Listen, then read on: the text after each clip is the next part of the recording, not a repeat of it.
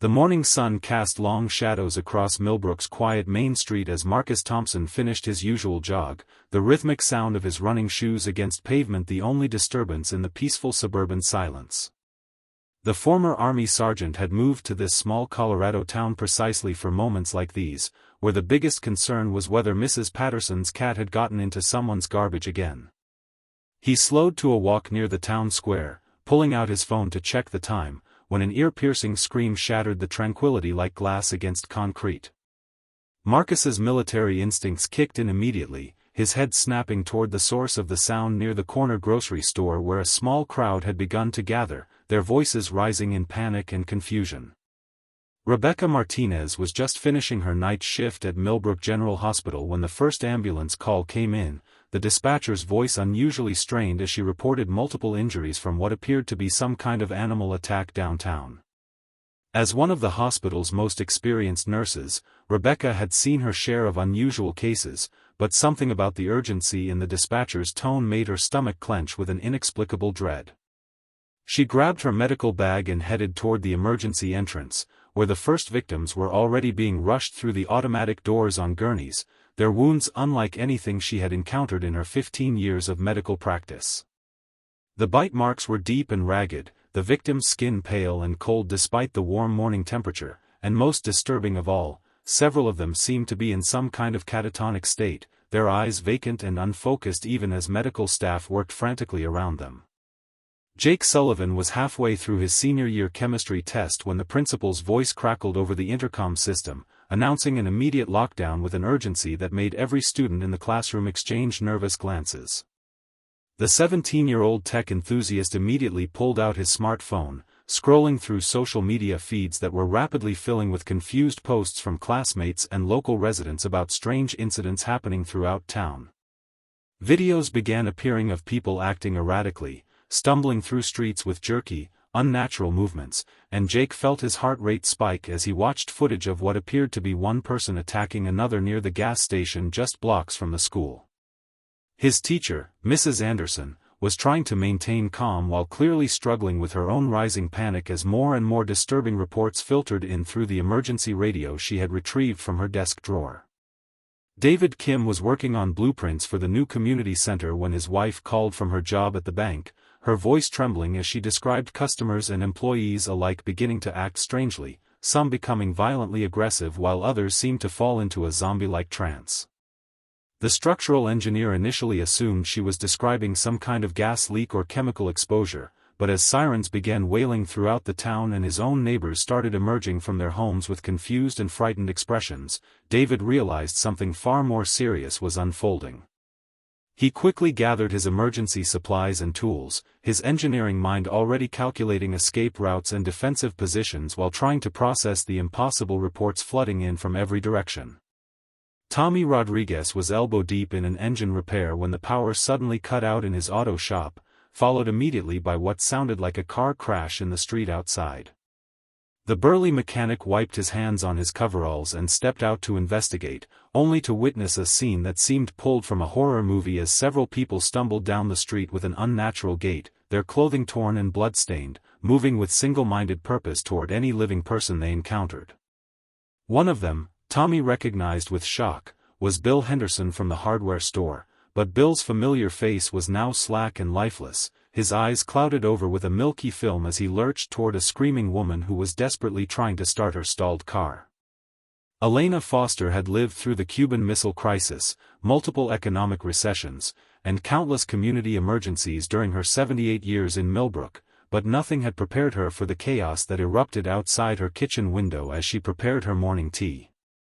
The retired librarian watched in horror as her peaceful neighborhood transformed into a battlefield, with normal people suddenly turning violent and attacking their friends and neighbors with a savage intensity that defied explanation. Her decades of crisis management experience kicked in as she quickly locked her doors, gathered supplies, and began calling other community leaders to coordinate a response, even as the situation continued to deteriorate with each passing minute. As the morning progressed, it became clear that whatever was happening in Millbrook was spreading rapidly and systematically, turning ordinary citizens into something that resembled the Walking Dead from old monster movies, except this nightmare was terrifyingly real. The affected individuals showed no recognition of their former lives or relationships, displaying only an insatiable hunger for attacking and biting anyone they encountered, spreading their condition like a plague through direct contact.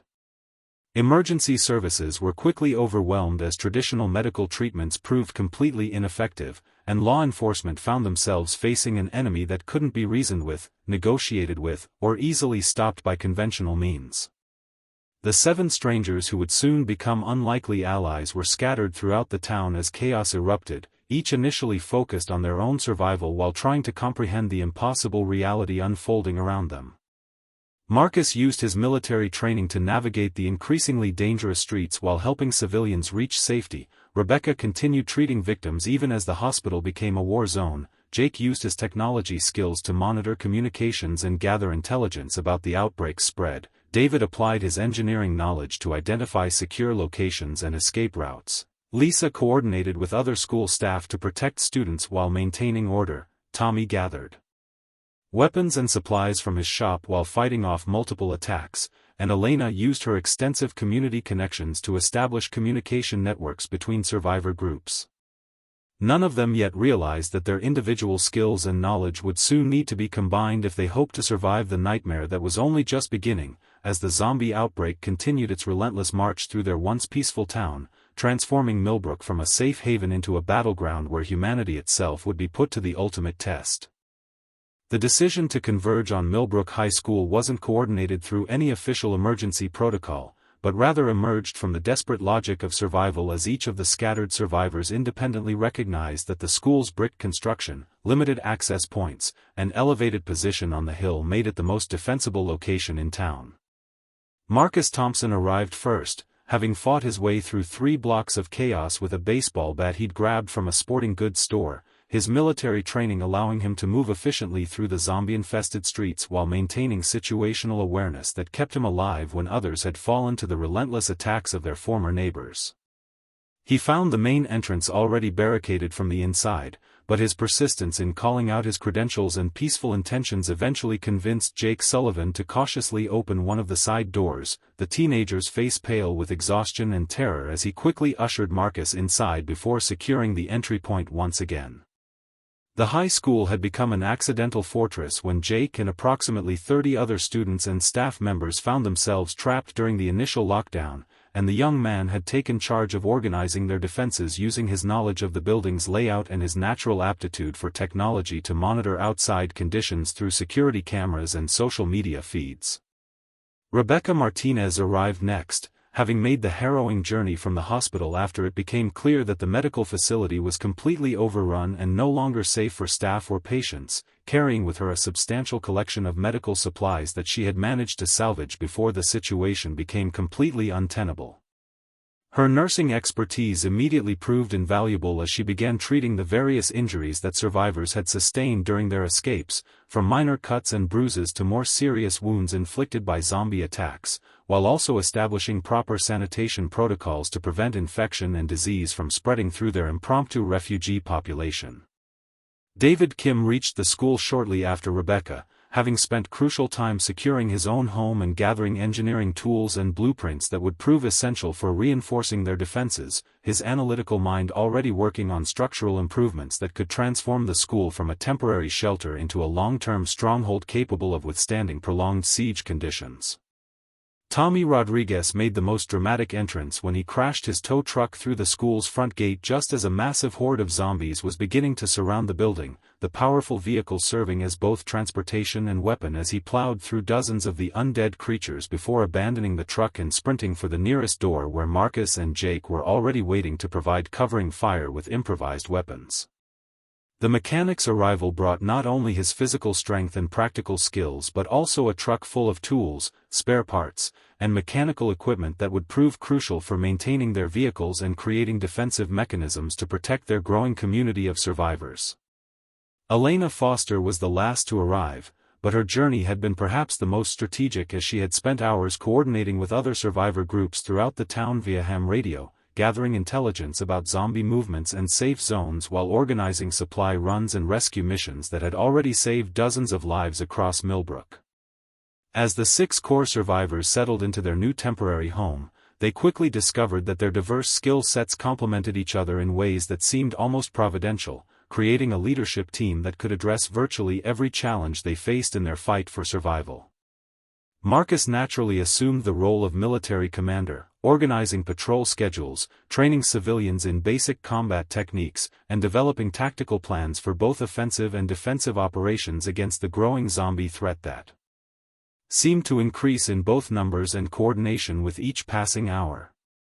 Rebecca established a medical station in the nurse's office, treating injuries and illnesses while also researching the zombie condition through careful observation of the creatures that occasionally got close enough to the building for detailed study, trying to understand the biological mechanisms behind their transformation and whether any treatment or cure might be possible.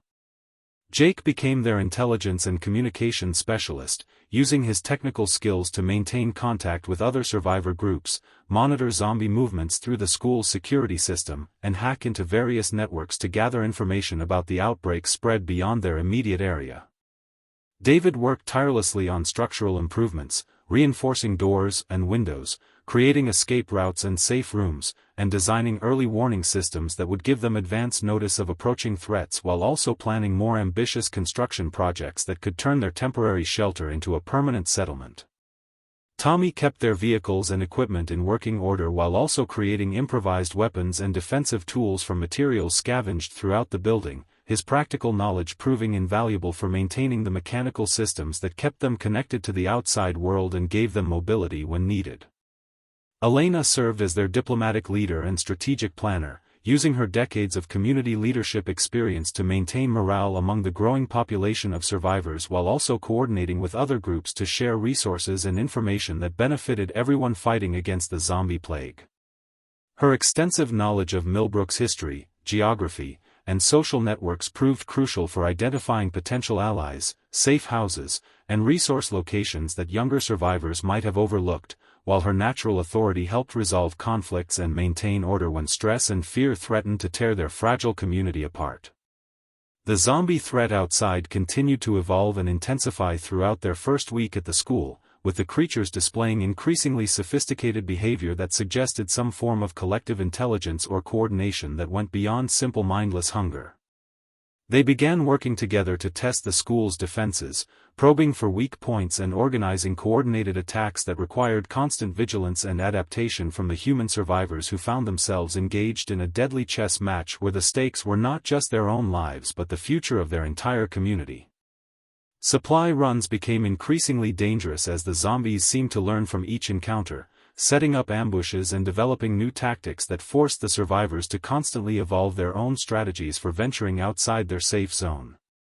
Despite the mounting pressure and constant danger, the diverse group of survivors found strength in their unity and began to develop a genuine sense of hope that they might not only survive the outbreak but actually find a way to fight back against the zombie plague and reclaim their town from the undead hordes that had transformed their peaceful home into a battlefield where every day brought new challenges that tested their resolve, ingenuity, and determination to preserve what remained of human civilization in Millbrook. The attack came at dawn on their 8th day in the school, preceded by an eerie silence that Marcus Thompson recognized from his military service as the calm before a devastating storm, when even the birds seemed to sense impending danger and fell completely quiet in the pre-dawn darkness. Jake Sullivan had been monitoring the security cameras throughout the night when he noticed something that made his blood run cold: the scattered groups of zombies that had been wandering aimlessly around the school's perimeter for days were now moving with obvious purpose, converging from all directions in what appeared to be a coordinated assault that suggested a level of intelligence and planning that none of the survivors had previously witnessed. The teenager immediately activated the emergency alert system that David Kim had rigged throughout the building, sending coded signals to wake every survivor without creating the kind of panic that could lead to fatal mistakes when clear thinking would be essential for survival. Rebecca Martinez was already awake in the medical station when the alerts began, having spent another sleepless night treating Mrs. Patterson, who had been bitten during yesterday's supply run and was showing the early symptoms of the zombie infection despite their best efforts to prevent the transformation through various medical interventions they had attempted based on their limited understanding of the condition. The elderly woman was becoming increasingly agitated and unresponsive, her skin taking on the characteristic pale, mottled appearance that preceded full zombification, and Rebecca knew they would soon face the heartbreaking decision of whether to isolate her completely or take more drastic measures to protect the other survivors from potential infection. The approaching crisis outside meant that difficult choice would have to be made immediately, as they couldn't afford to have any internal threats when facing what appeared to be their greatest external challenge yet. Elena Foster had been coordinating with other survivor groups via ham radio when the communications suddenly went silent across all frequencies, a development that suggested either equipment failure or something far more ominous happening to the other safe zones throughout Millbrook and the surrounding areas. Her decades of experience in crisis management told her that this level of coordination among the zombie forces indicated a fundamental change in the nature of the threat they faced, transforming what had been a chaotic outbreak into something resembling organized warfare where the undead possessed strategic capabilities that made them exponentially more dangerous than the mindless creatures they had initially appeared to be. She quickly began implementing the evacuation protocols they had developed for worst-case scenarios, knowing that their carefully constructed defenses might not be sufficient to withstand the kind of sustained assault that seemed to be developing outside. Tommy Rodriguez was in the workshop area making final adjustments to the defensive mechanisms they had installed throughout the building when he heard the first sounds of the approaching horde, a low, rhythmic moaning that seemed to come from hundreds of throats simultaneously, creating a haunting chorus that grew steadily louder as the zombie army moved closer to their position. His mechanical instincts told him that several of their improvised early warning systems were already failing under the pressure of the advancing creatures, and he realized they had perhaps minutes before the full assault would begin in earnest. The weapons and tools he had prepared over the past week suddenly seemed woefully inadequate against the sheer numbers they were about to face, but he continued working frantically to ensure that every defensive measure they had planned would function properly when the moment of truth arrived. David Kim was conducting a final inspection of their structural reinforcements when Jake's urgent voice crackled over the intercom system, reporting that the zombie horde surrounding the school appeared to number in the thousands rather than the hundreds they had been expecting, completely overwhelming every contingency plan they had developed based on their previous encounters with smaller groups of the undead creatures. The engineer's analytical mind immediately began calculating the stress loads that their defenses would need to withstand and the grim realization that many of their barriers would likely fail under sustained pressure from such a massive assault force. He started prioritizing which areas of the building they could realistically defend and which sections would need to be abandoned, making rapid decisions about fallback positions and escape routes that might give them a chance of survival even if their primary defenses were completely overrun. Marcus took command of the situation with military precision, quickly organizing the 37 survivors into defensive teams while making the painful decision to abandon the first floor entirely and concentrate their limited resources on holding the second and third floors where they would have better sight lines and more defensible positions. The sound of breaking glass and splintering wood echoed throughout the building as the zombie horde began their assault, testing every entrance point simultaneously in a coordinated attack that confirmed their worst fears about the creature's evolving intelligence and tactical capabilities. Several survivors panicked and attempted to flee toward the roof, but Marcus knew that splitting their forces would be fatal and ordered everyone to maintain their assigned positions regardless of their personal fears or the apparent hopelessness of their situation. The first wave of zombies breached the main entrance within minutes, pouring through the compromised doorway in numbers that seemed impossible as they climbed over their fallen comrades and pressed forward with relentless determination that no amount of gunfire or improvised weapons could slow down significantly. Rebecca was forced to make the agonizing decision to abandon Mrs. Patterson in the medical station when it became clear that the first floor was completely lost, leaving the elderly woman to her fate while evacuating the other injured survivors to higher ground where they might have a chance of survival. The sounds of destruction from below grew steadily louder as the zombie army systematically destroyed everything in their path, their coordinated movements suggesting they were following some kind of strategic plan designed to flush the human survivors from their defensive positions. Jake's security cameras went dark one by one as the zombies destroyed the equipment on each floor, leaving them blind to the enemy's movements and forcing them to rely on sound and instinct to track the approaching threat as it methodically worked its way upward through the building. Tommy's defensive mechanisms bought them precious time, with improvised explosives and mechanical traps slowing the zombie advance but never stopping it completely, and soon they could hear the creatures climbing the stairwells toward their last remaining stronghold on the upper floors.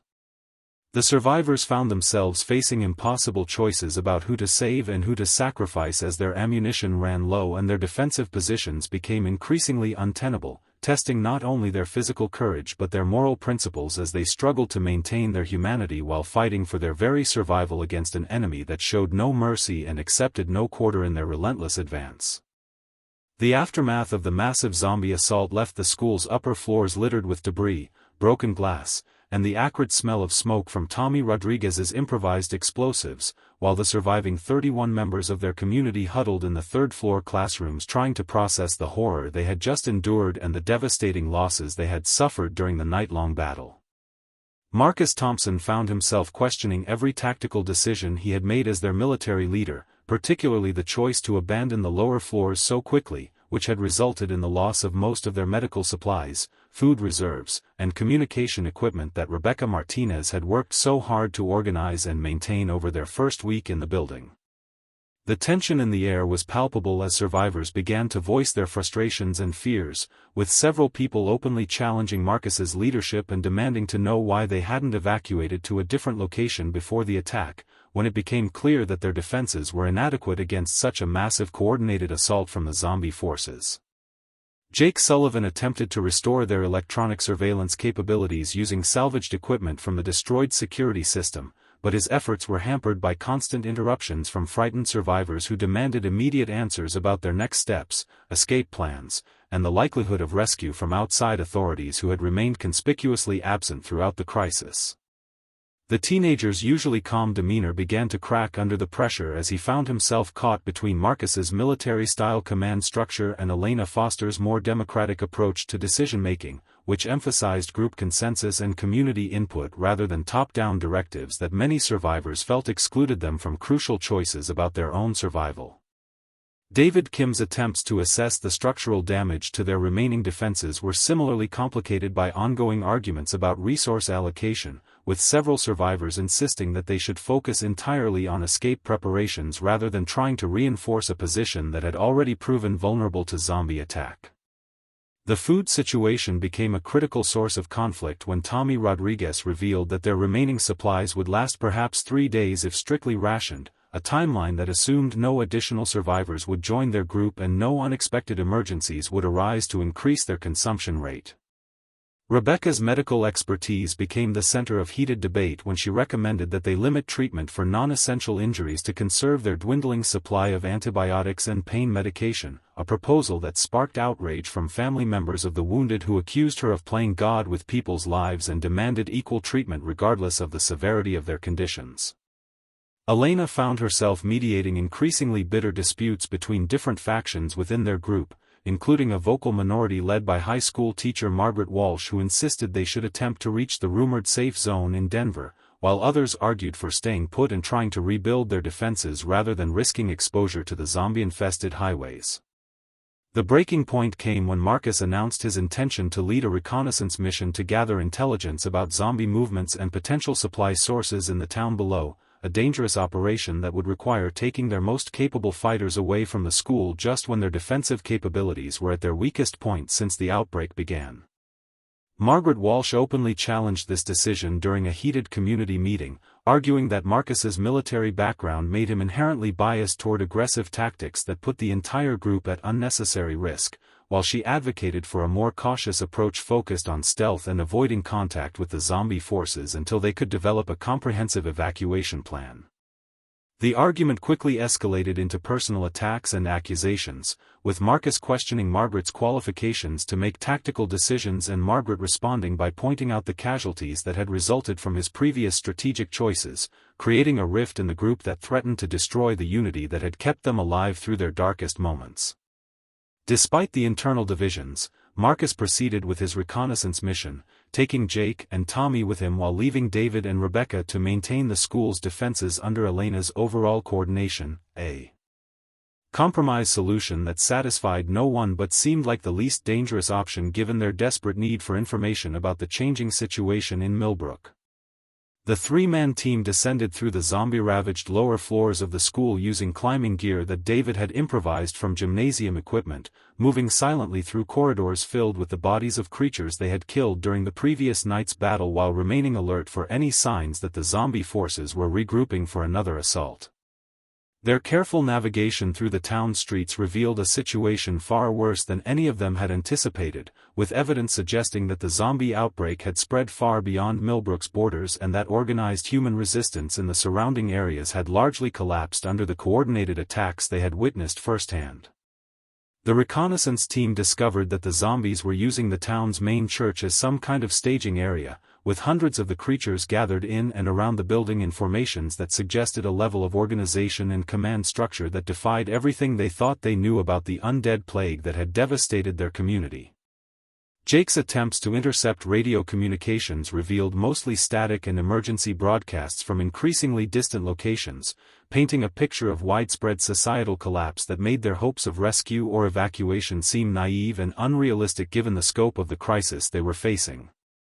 Tommy's mechanical expertise proved crucial when they discovered that several local businesses had been systematically stripped of useful materials by what appeared to be other survivor groups, suggesting that competition for resources among the living might soon become as dangerous as the threat posed by the zombie armies that controlled most of the town.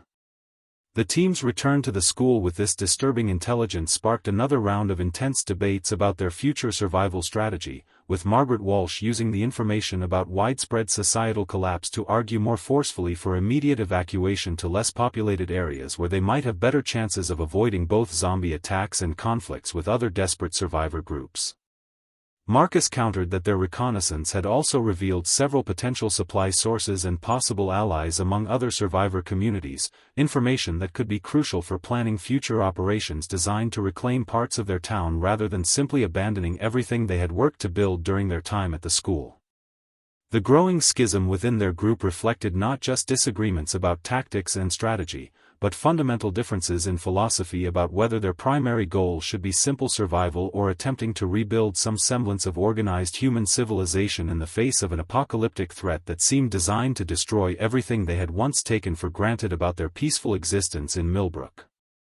The breakthrough came from an unexpected source when 12-year-old Amy Patterson, the granddaughter of the elderly woman they had lost during the assault, approached Jake Sullivan with a crumpled piece of paper she had found in her grandmother's personal belongings while searching for mementos to remember her by. The handwritten note contained what appeared to be directions to a research facility located 15 miles north of Millbrook, along with cryptic references to Project Lazarus and a series of numbers that Jake immediately recognized as radio frequencies, though attempts to contact anyone on those channels had yielded only static and automated emergency broadcasts that provided no useful information about the facility's current status or potential relevance to their situation. Amy explained through tears that her grandmother had worked as a cleaning lady at various government facilities throughout her career, including what she had always described mysteriously as that place up in the mountains where they do secret experiments, but the family had assumed these were just the confused ramblings of an elderly woman whose memory was becoming unreliable in her final years. Marcus Thompson initially dismissed the lead as wishful thinking born from grief and desperation, arguing that chasing after rumors and legends would only waste precious time and resources that they couldn't afford to squander when their immediate survival remained uncertain and their food supplies continued to dwindle with each passing day. However, Rebecca Martinez pointed out that Mrs. Patterson had demonstrated remarkable clarity and accuracy in her descriptions of the zombie infection's progression, providing medical insights that had proven invaluable during their treatment attempts, which suggested that her other claims about secret research facilities might deserve more serious consideration than they had initially received. The debate about whether to investigate the facility became another flashpoint for the ongoing tensions between Marcus's pragmatic military approach and Margaret Walsh's faction, which had grown to include nearly half of their remaining survivors who remained convinced that any deviation from escape planning would result in their eventual destruction by the zombie forces that continued to patrol the area around their school. David Kim surprised everyone by supporting the investigation proposal, pointing out that his engineering background had taught him to recognize the signs of systematic planning and coordination that they had observed in the zombie attacks, characteristics that suggested artificial enhancement rather than natural viral evolution. which would be consistent with the kind of research that might be conducted at a classified government facility. Jake's technical analysis of the radio frequencies provided additional evidence when he discovered that the numbers corresponded to emergency communication protocols used exclusively by federal research installations, protocols that were not publicly available and could only have been known by someone with direct access to classified information systems. Elena Foster added historical context by recalling rumors from the 1980s about strange activities at a facility in the mountains north of town, including unexplained helicopter traffic and the presence of scientists who never seemed to interact with the local community despite living in the area for extended periods.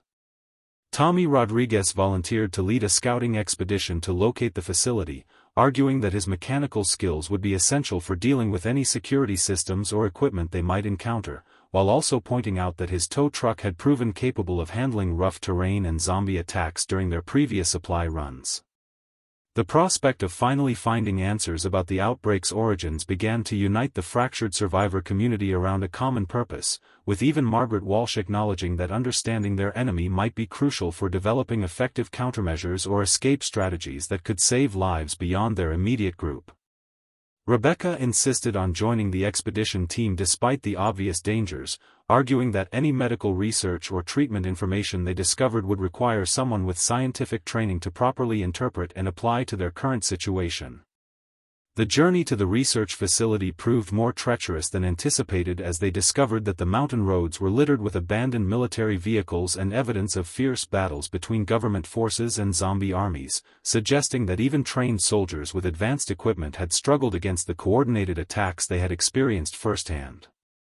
Jake's portable electronics detected increasing levels of unusual electromagnetic activity as they approached the facility's coordinates, readings that spiked dramatically when they finally located the heavily fortified complex hidden within a valley that had been artificially carved from the mountainside using construction techniques that spoke to enormous government investment and secrecy.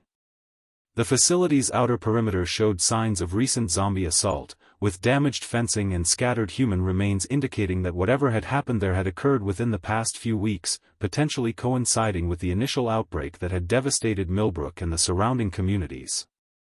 Tommy's mechanical expertise proved crucial for bypassing the electronic security systems that had been damaged but not completely destroyed during the facility's fall, allowing the team to access maintenance tunnels that led deep into the underground complex where emergency lighting still functioned thanks to backup power systems that continued operating despite the chaos above ground. The laboratory levels they discovered contained evidence of extensive biological research focused on neural enhancement and behavioral modification, with detailed documentation describing experiments designed to create enhanced human soldiers capable of operating without fear, pain, or independent thought under battlefield conditions. Rebecca's medical training allowed her to interpret the research data, which revealed that Project Lazarus had been attempting to use a modified parasitic organism to rewrite human brain chemistry, creating super soldiers who would follow orders without question while maintaining enhanced physical capabilities and resistance to injury.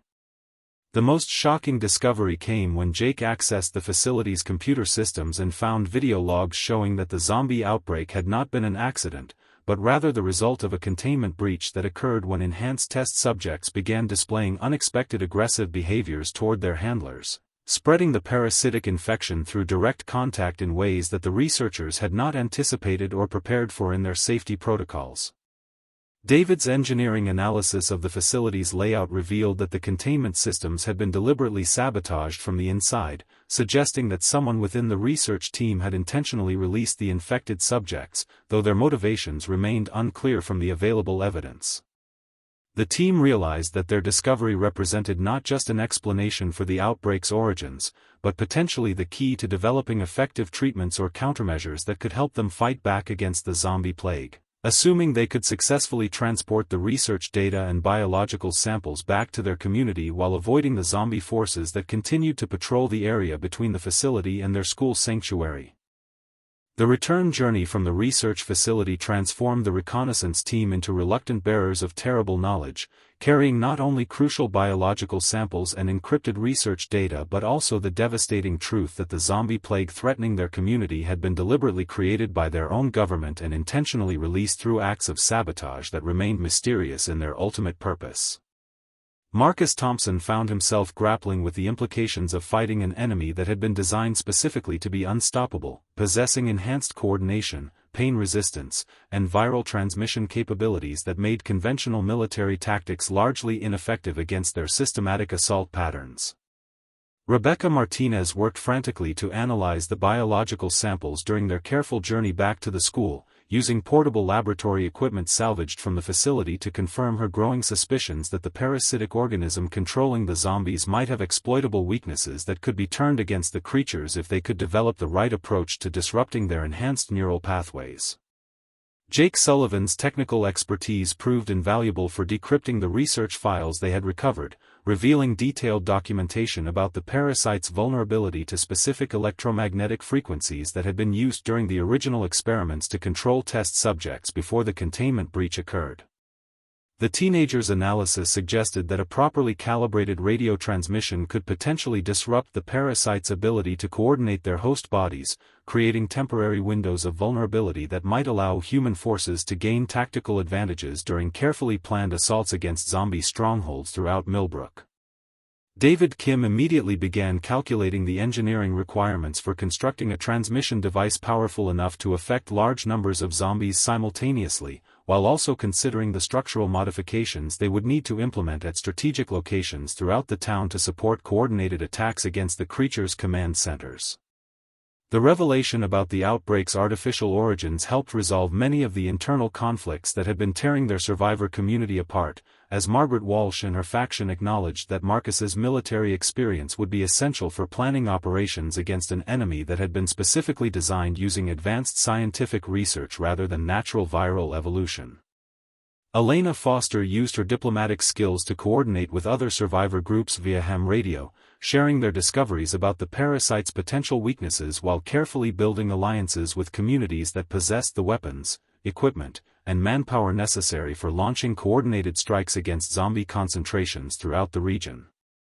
Tommy Rodriguez began modifying vehicles and equipment based on the technical specifications they had learned about the parasite's electromagnetic vulnerabilities, creating mobile transmission units that could be deployed rapidly during combat operations while maintaining the defensive capabilities they would need to survive encounters with large numbers of enhanced zombies. The strategic planning process revealed the enormous scope of the challenge they faced, as aerial reconnaissance using Jake's improvised drone technology showed that zombie forces had systematically occupied every major building and strategic location throughout Millbrook, establishing what appeared to be a complex command structure centered around the town's church where they had first observed organized zombie behavior.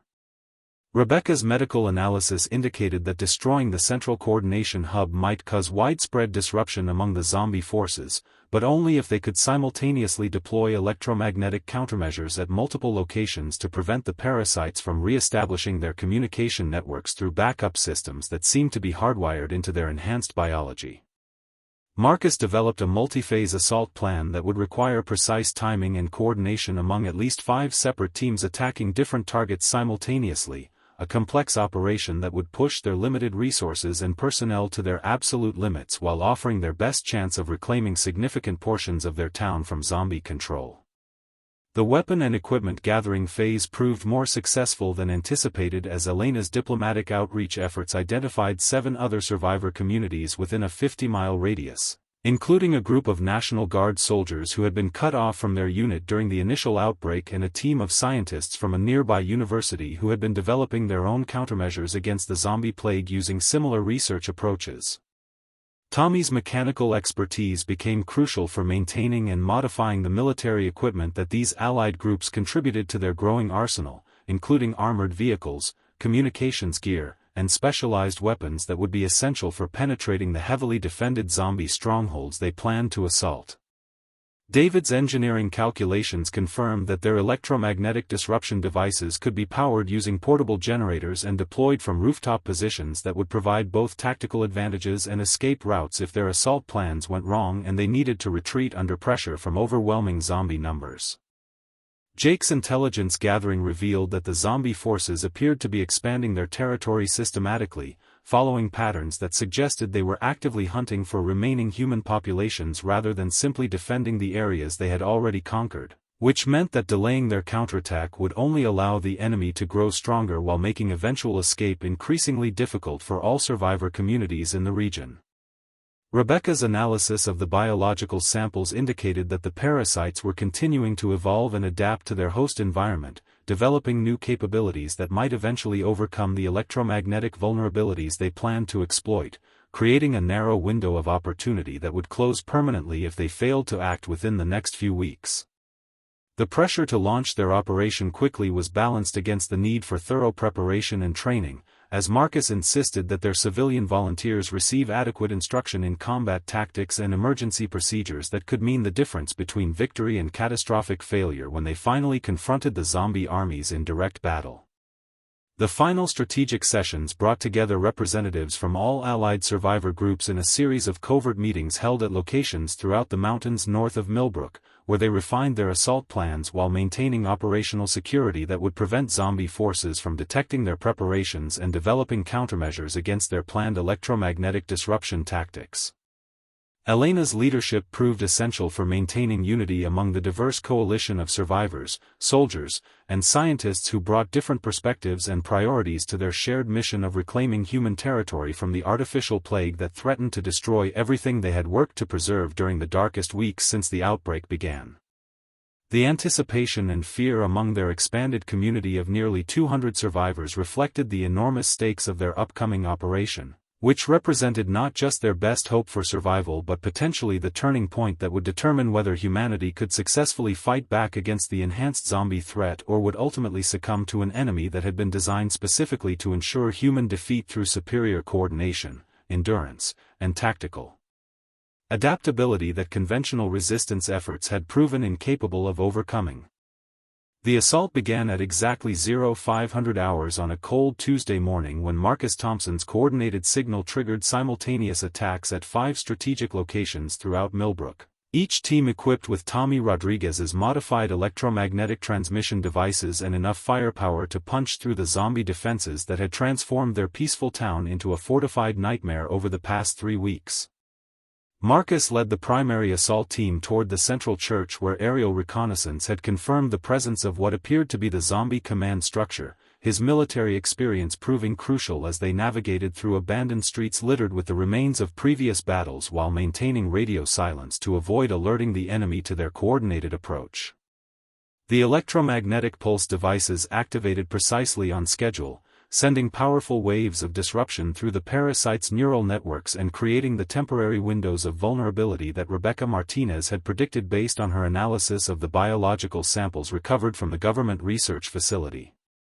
Jake Sullivan coordinated the electronic warfare component of their operation from a mobile command post positioned on the hill overlooking the town, his modified radio equipment broadcasting precisely calibrated frequencies that interfered with the zombies' ability to communicate and coordinate their defensive responses while simultaneously providing real-time intelligence updates to the assault teams scattered throughout Millbrook. The teenager's technical expertise proved invaluable as he monitored zombie movements through his improvised surveillance network, adjusting transmission frequencies to maintain maximum disruption while tracking the progress of each team as they fought their way toward their assigned targets in the face of desperate resistance from creatures that seemed to understand the existential threat posed by the human counterattack. David Kim's engineering modifications to their communication systems ensured that the assault teams could maintain contact despite the electromagnetic interference, using encrypted channels that penetrated the electronic chaos while providing backup frequencies if their primary communications were compromised by zombie attempts to jam their signals. Rebecca Martinez accompanied the medical support team that followed closely behind the primary assault force, treating wounded fighters while also collecting biological samples from zombies that had been temporarily incapacitated by the electromagnetic pulses, hoping to gather additional evidence about the parasite's vulnerabilities that could be exploited during future operations if their current assault failed to completely eliminate the zombie threat from their community. Her medical training proved crucial when several team members suffered serious injuries during the intense street fighting, as the zombies' enhanced physical capabilities made them formidable opponents even when their coordination was disrupted by the electronic countermeasures that Tommy had worked so hard to perfect during their preparation phase. Elena Foster maintained communication with allied survivor groups throughout the region, coordinating supply deliveries and evacuation routes while also monitoring radio traffic from military units that might be attempting to respond to the massive battle taking place in Millbrook. The assault on the church proved more challenging than anticipated as the building's thick stone construction provided natural shielding against the electromagnetic pulses, allowing the zombie leadership to maintain partial coordination despite the disruption affecting their forces throughout the rest of the town, forcing Marcus to adapt his tactical plans in real time as his team encountered organized resistance that threatened to overwhelm their carefully planned approach to the central command structure. Tommy Rodriguez led a flanking maneuver through the church's basement levels, using his mechanical expertise to bypass security systems and create alternative entry points that allowed the assault team to attack the zombie stronghold from multiple directions simultaneously, dividing the enemy's defensive capabilities while maximizing their own tactical advantages during the crucial moments when the electromagnetic disruption was at its peak effectiveness.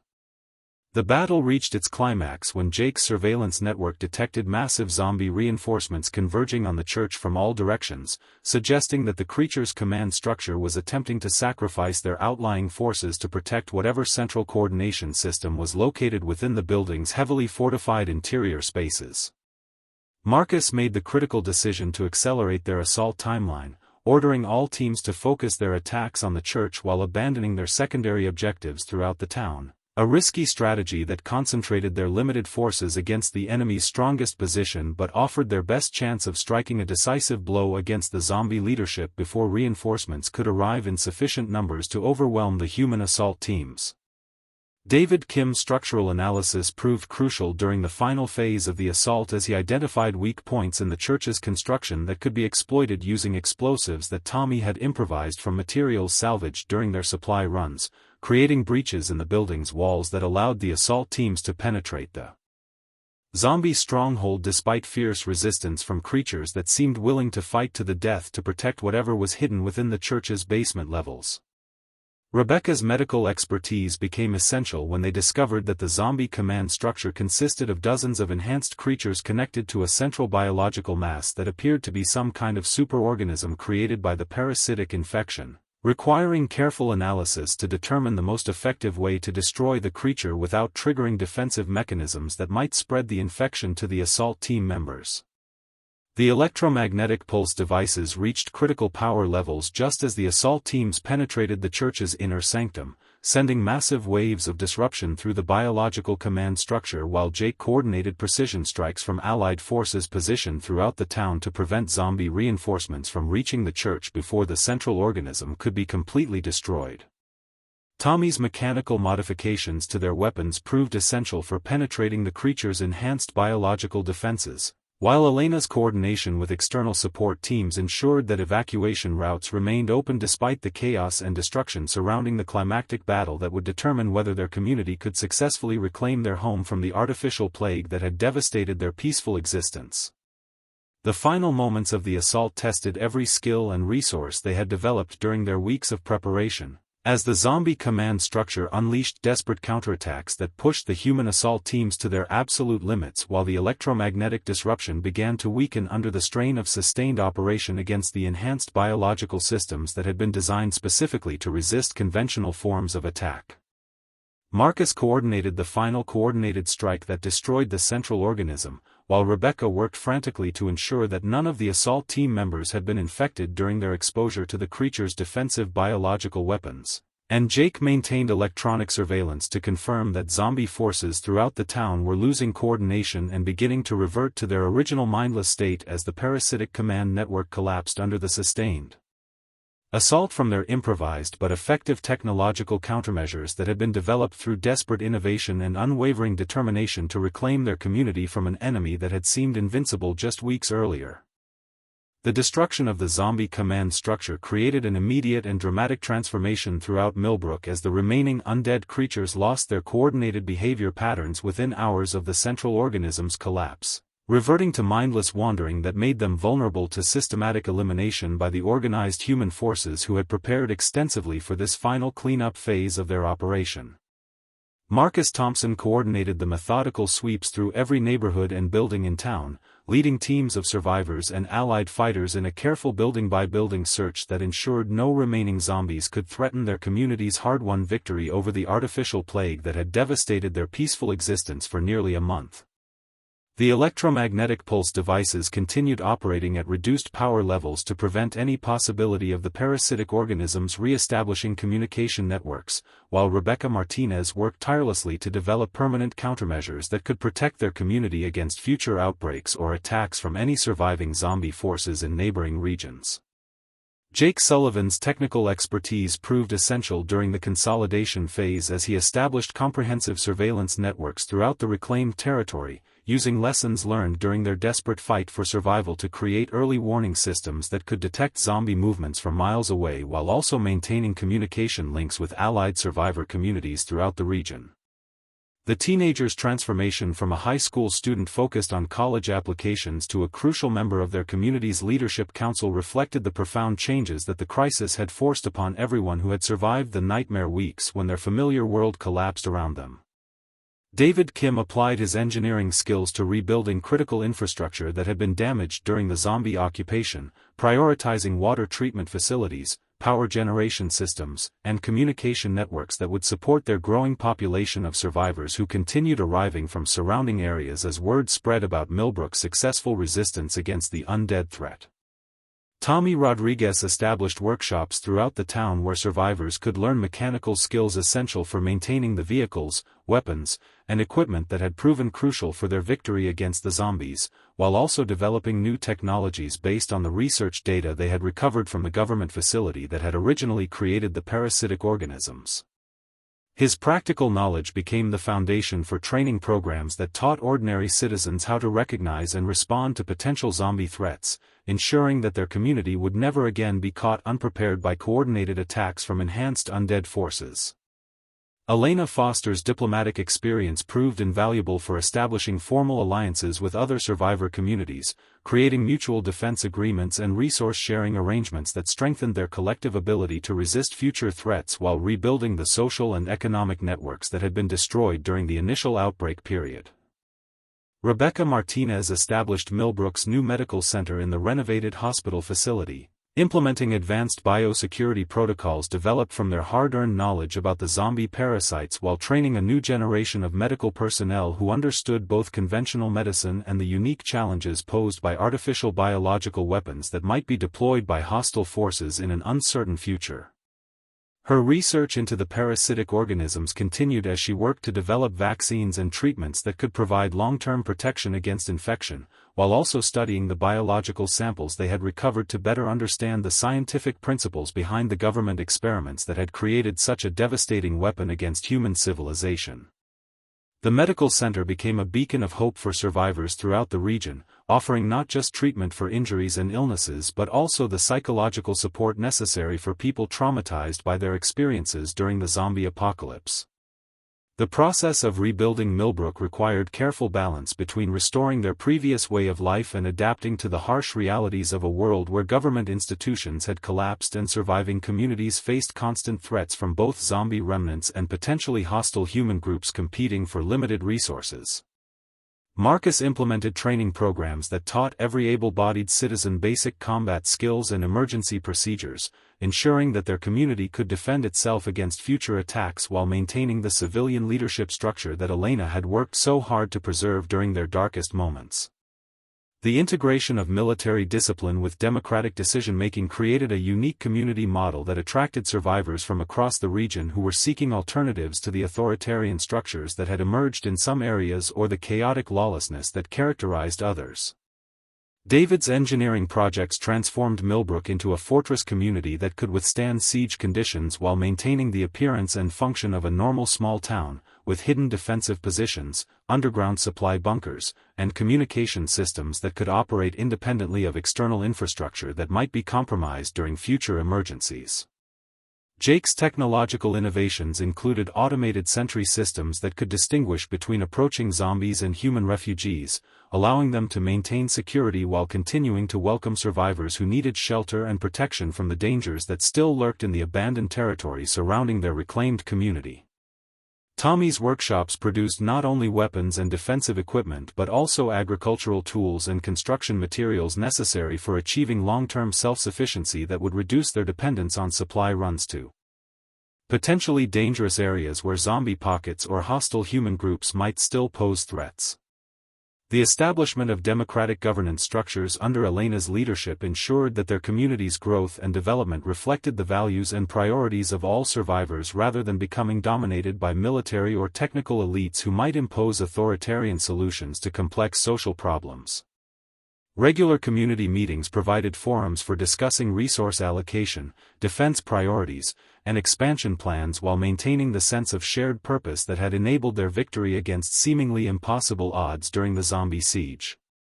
Rebecca's medical research continued producing breakthroughs in understanding the parasitic organisms, leading to the development of detection methods and preventive treatments that were shared freely with allied communities as part of their commitment to ensuring that the zombie plague could never again threaten human civilization on such a devastating scale.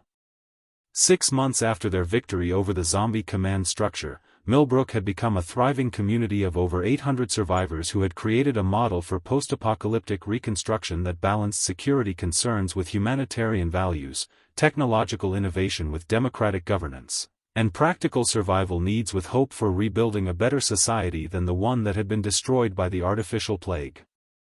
The 7 original survivors who had found each other during those first desperate days at the high school now serve as community leaders who never forgot the lessons they had learned about the importance of cooperation, innovation, and moral courage when facing existential threats that seemed designed to destroy everything they valued about human civilization. Their success in reclaiming and rebuilding Millbrook served as proof that even the most sophisticated biological weapons could be defeated by ordinary people who refused to surrender their humanity while fighting for their survival and their future.